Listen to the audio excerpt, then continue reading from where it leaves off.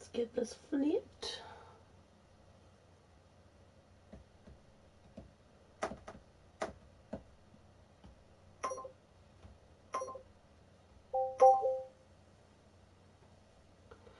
We want to do a pole, I think. No, that's not what we want.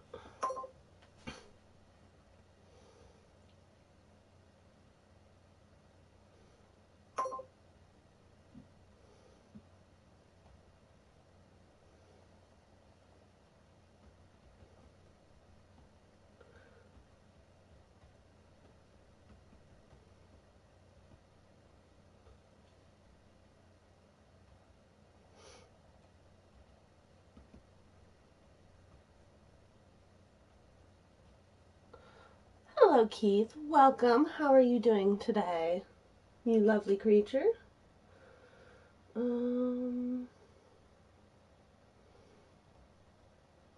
Trolls. Trying to get.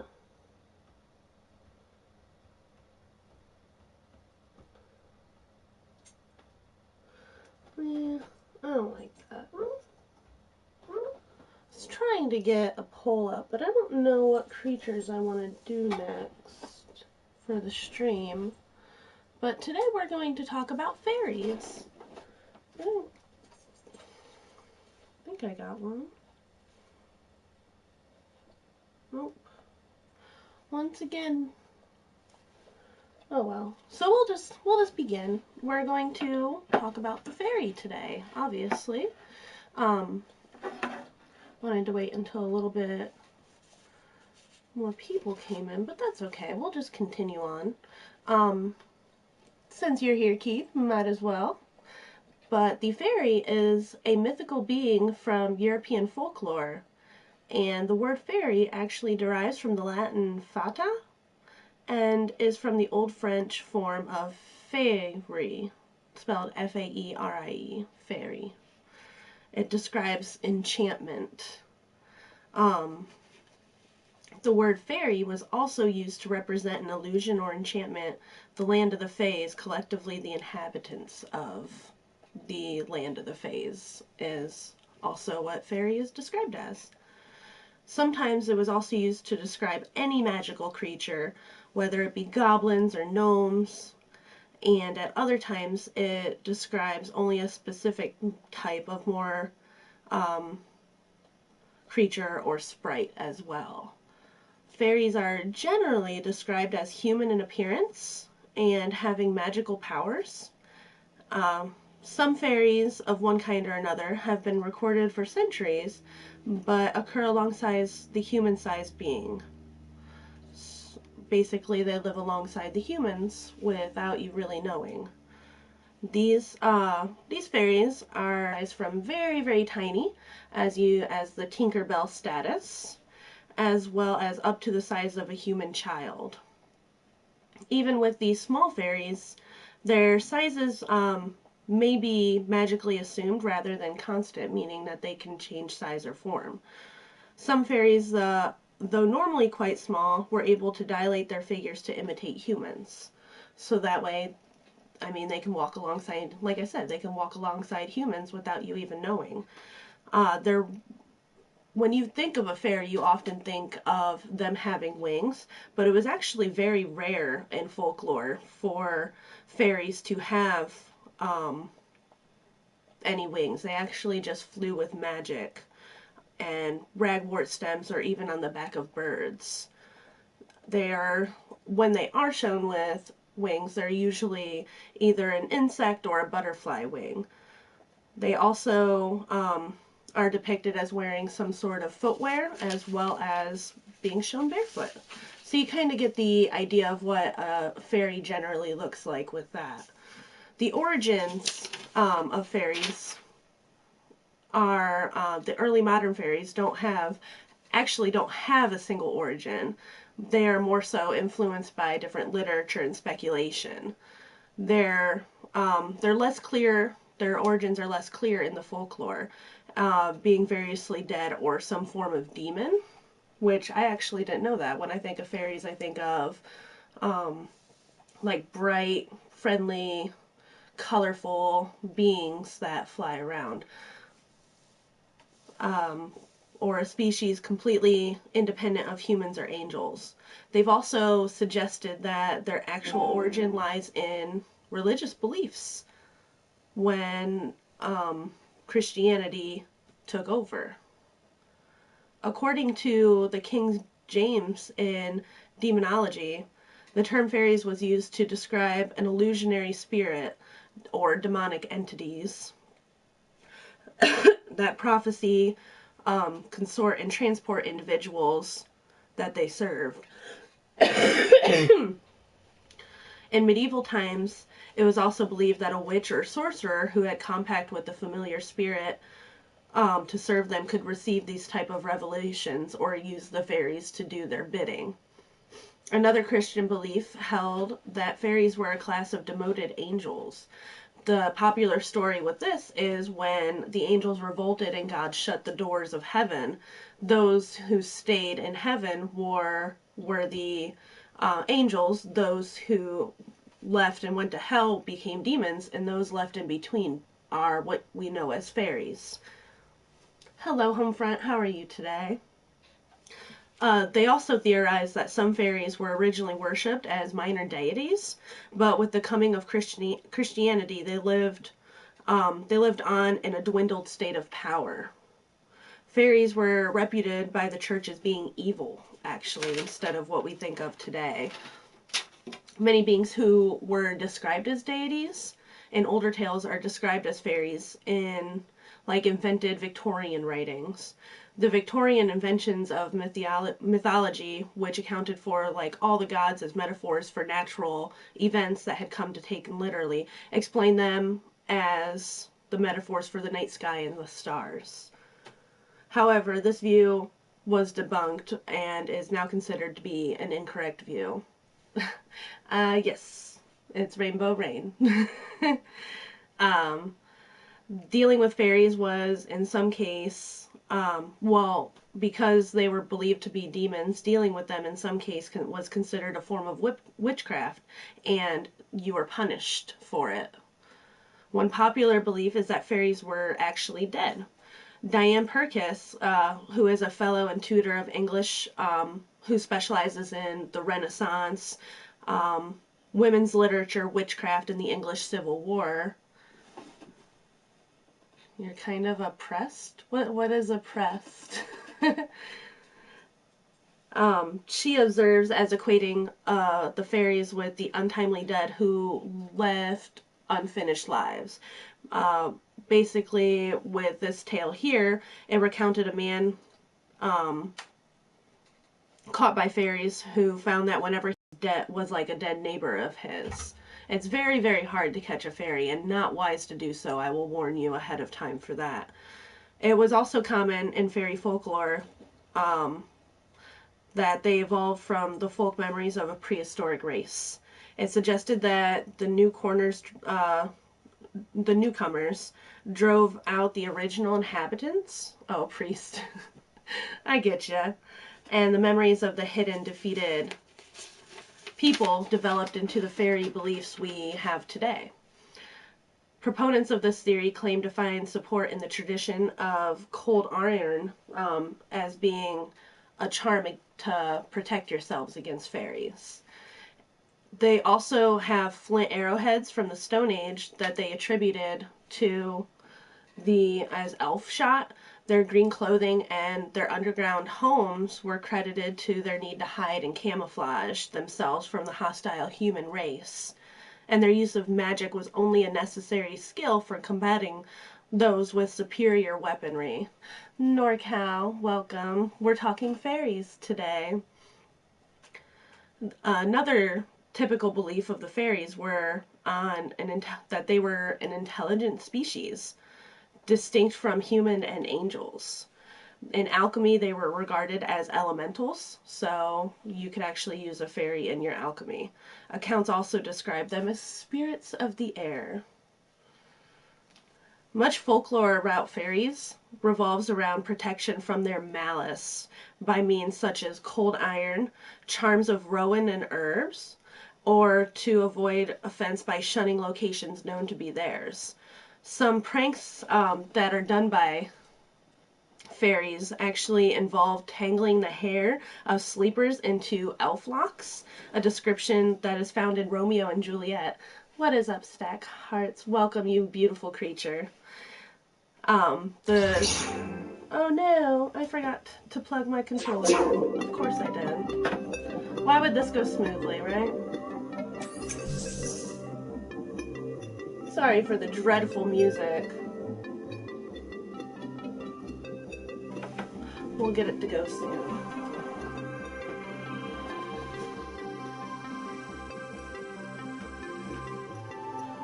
Totally forgot to plug it in. We really need to get that setting off. Come on, connect. Even here in the Enchanted Forest, we forget things.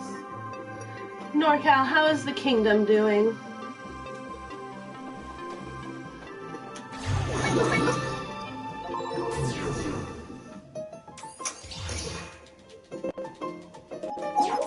Is that robot real? Yes, he's my assistant.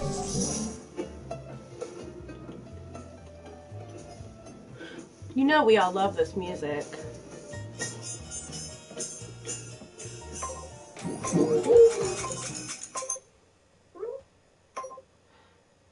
And then it reflipped us. There we go. We're back. And the controller is plugged in, guys, so I remembered. Where were we?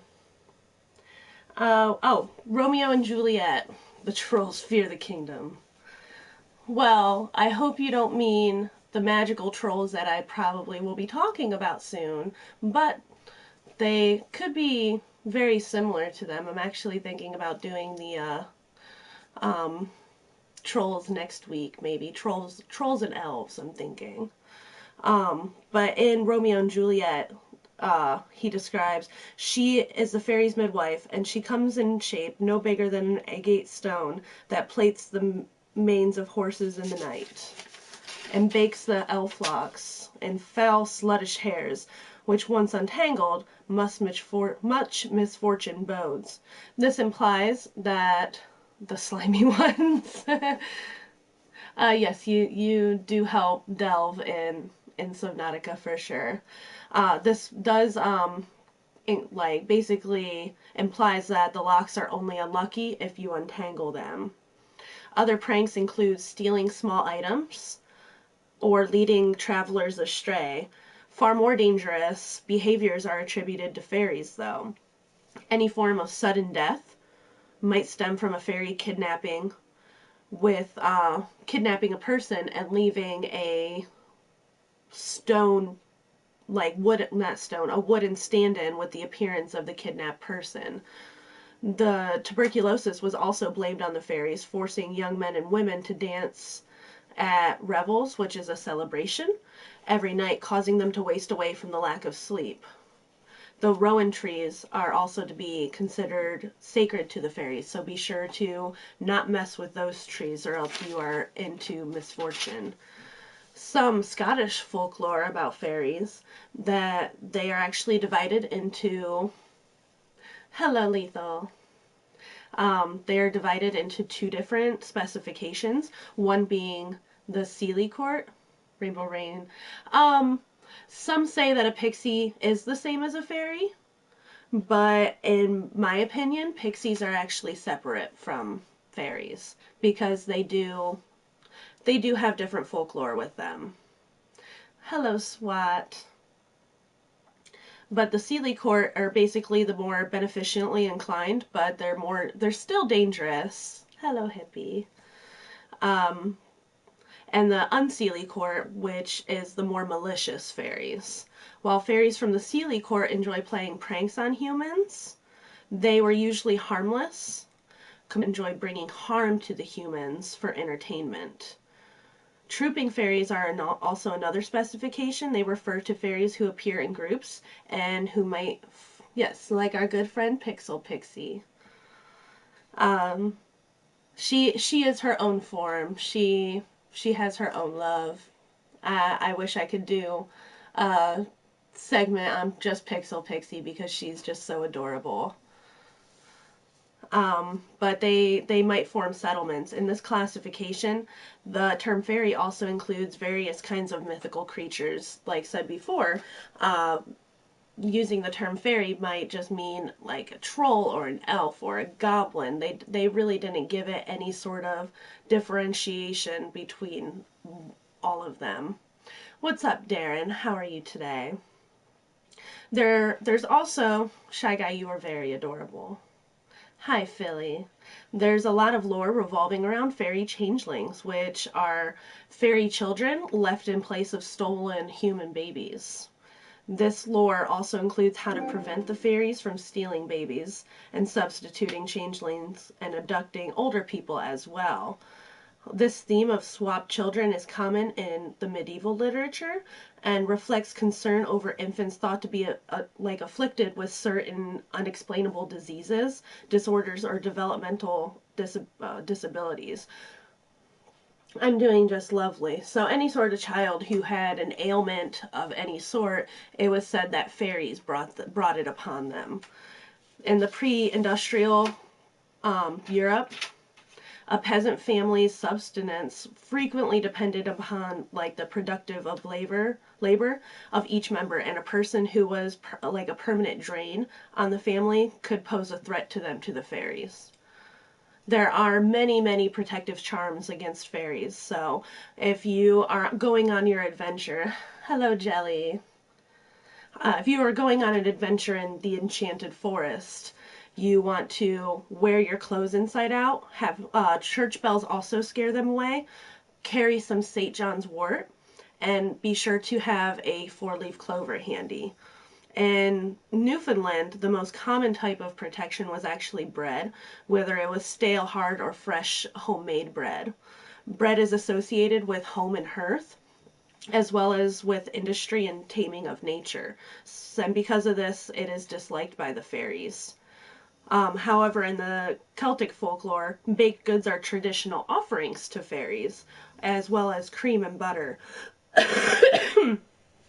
Before going into a fairy haunted place, it was customary to just tuck a little piece of bread in your pocket to keep you safe from them. The bells, the church bells, for instance, have an ambiguous role. While they protect against fairies, the fairies riding on horseback often had bells along their saddles. On their harness. This actually usually was done by the fairy king or queen. You always wear your clothes inside. This may be a different trait between the Seelie and Unseelie court, such that fairies protect themselves from the more wicked members of their race by using those bells. Another piece of folklore revolves around poultry, being that a cock's crow drove fairies away, while other tales say that fairies actually kept poultry. While fairies were known to lead travelers astray, other the will-o-wisp can be avoided by not falling it. It is wise to have known to leave the fairy grounds alone. C.S. Lewis reported hearing of a cottage more feared because it was inhabited by fairies instead of all the ghosts that haunted it. Paths that fairies are traveling are also wise to avoid, as well as do not dig in the fairy hills.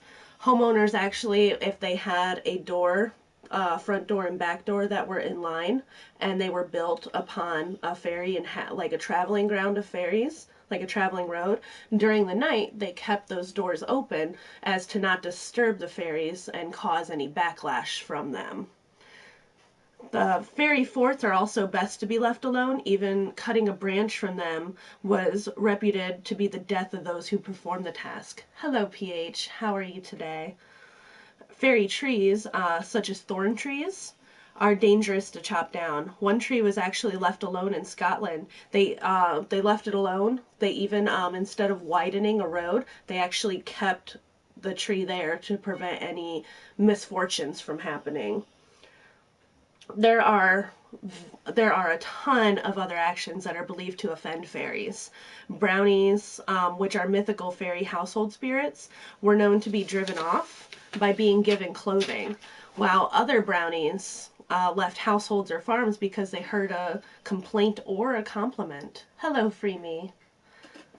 Fairies, if seen, are not to be looked at closely because they resent infringing upon their privacy. The need to not offend them could lead to problems. One farmer found that fairies threshed his corn and continued after all of his corn was gone, and they were stealing from his neighbors, leaving him the choice between offending them or profiting from those threats or from those thefts. Brownies, I'll just eat them. Do not eat a brownie.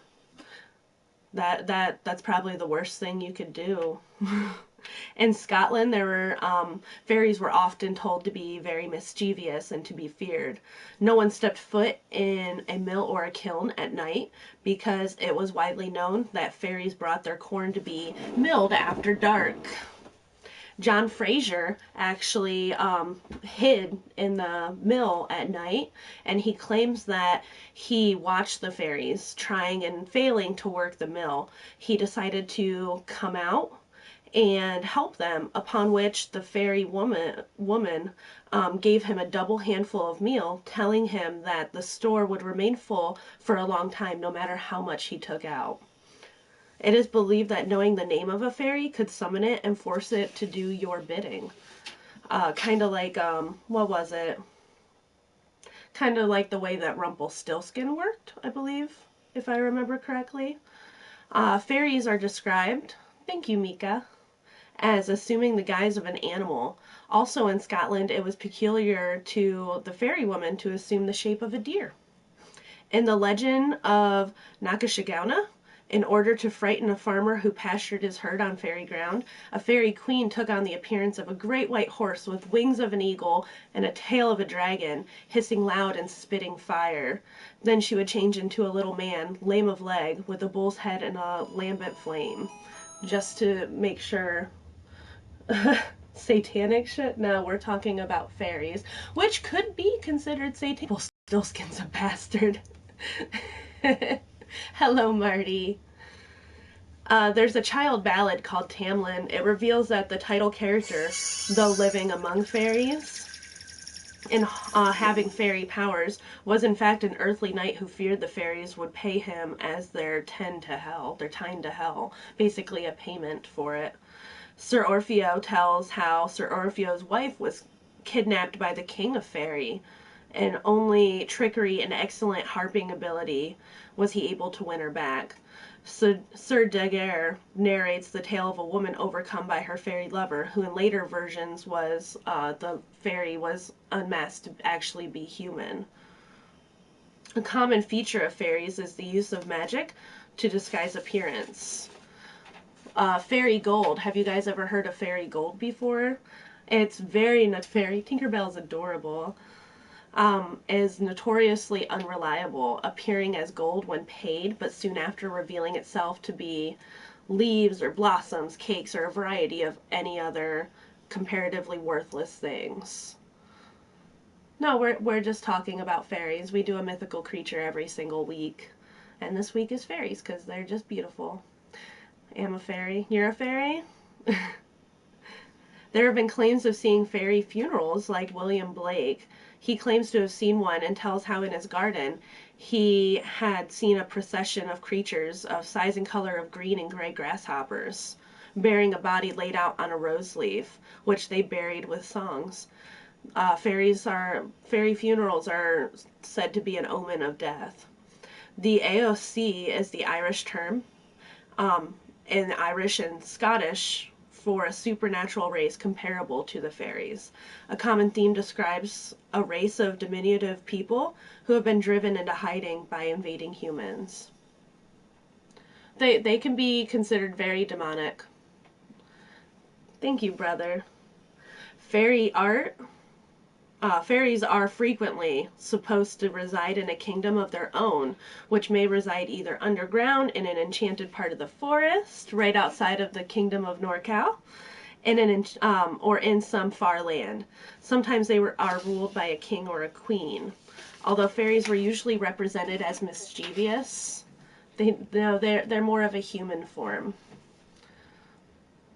Capricious and even demonic. They could also be loving and bountiful. Sometimes fairies entered into love affairs with humans, but usually such liaisons involve some restriction or compact and frequently ended in calamity. There are a ton of different names for fairies in different folklore. In Arabic, they have the jinni. In Scandinavia, they have the Scandinavian troll. In Germany, they have the Germanic elf. And in English, it is known as a pixie. Hold on one second, guys. Get out. No, out. One of the magical creatures in the enchanted forest was being rather annoying. Nowhere near good. Some of them are. Some fairies were actually once humans who got lost in the fairyland. As magic permeated their souls, they turned into fairies. They became immortal and beautiful, but they lost their humanity and their capacity for compassion. Fairies do love all things sparkly, as they are easily distracted by them. They also love music. Fairy music can keep a human dancing until their feet fall off and bloody stumps are all that's left. We talked about how fairies were evil. But there's also something called the Fairy Handbook. In contrast to what we just talked about, it's very empty. It's from last night. The Fairy Handbook describes most fairies as delightful magical spirits with the likeness and kinship to flowers, insects, and other small creatures. Fairies are problem solvers, helpers, fixers, and protectors of nature. They get along with gnomes and most other living things. So this is a different side of the fairies. We talked about how evil the fairies were before, and in this state, in the Fairy Handbook, they actually talk about how fairies are actually good beings. Fairies gather together in what is known as a fairy circle, which can either be for social reasons, to discuss problems and ways to fix them. Some reasons that fairies gather together would be like natural disasters, important news, major problems, or fairy celebrations. Who was the enchanters? The enchanters, sorcerers, and wizards. We're not talking about those today, though. Those will be another time when we do witches and sorcerers. The Fairy Code of Conduct, which in the Fairy Handbook pertains to the fact that fairies are never allowed to abuse their powers or misuse fairy gifts, and they are not to use magic for trivial things. Young fairies actually need permission from their mentors to even perform any magic. The job of fairies is to protect nature and fix problems, usually caused by other magical creatures, but must take care not to overstep their boundaries, as they are not supposed to meddle or interfere with things that are not related to their job. Mother Nature is actually the fairy guardian. She holds her fairies strictly accountable for their actions regarding use of magic and fairy gifts.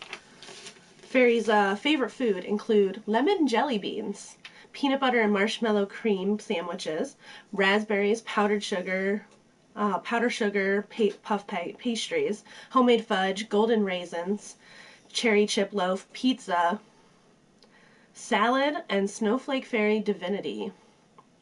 Fairies also like to drink root beer, flower nectar, iced coffee, hot chocolate, pomegranate juice, and iced tea. So if you ever want to try and see a fairy, leave that out and you'll never know what you might find. Just remember, do not look them in the eyes, as they hate the infringement on their privacy. Pixel Pixie. Each fairy is blessed with a unique fairy gift, and on some occasions more than one. These gifts are usually why certain fairies are chosen to participate in particular fairy missions.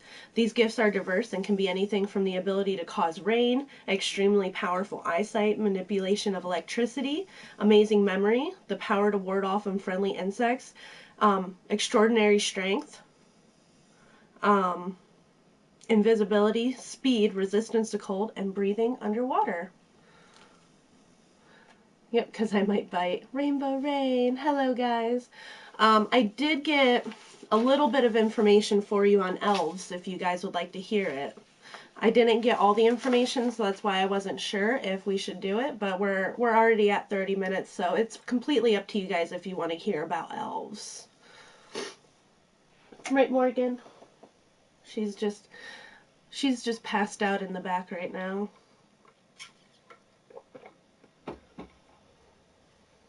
Thank you, King. Shy Guy's message. Who deleted Shy Guy's message?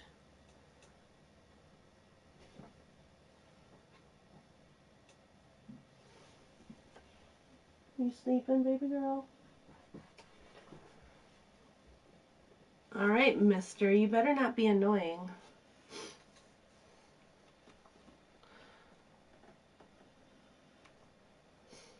Oh, did Shy Guy delete his own message? Silly Shy Guy. But alas, we might just save elves for next time. We'll do maybe elves and trolls if you guys think that should be fun. We're definitely moving forward in our enchanted creatures for sure. We're gonna start doing like the Loch Ness Monster and everything like that. Hi, baby boy. So we will go ahead and end this, and next Tuesday around 4 p.m. we will be doing another one or two creatures. It all depends on how much information I have for you guys. But that is a fairy. Just remember to tread carefully, because fairies are very malicious and they will play all the pranks on you. So be sure to, I'm actually going to, I bought something for Delve to stream later on, so be sure to keep an eye out for that if we're going to do it tonight. So I hope you all have a lovely, lovely day. Thank you all, you beautiful creatures, for joining us for another session with Rainbow Rayne and Mythical Creatures. Take care, everybody, and remember, tread carefully in Fairyland.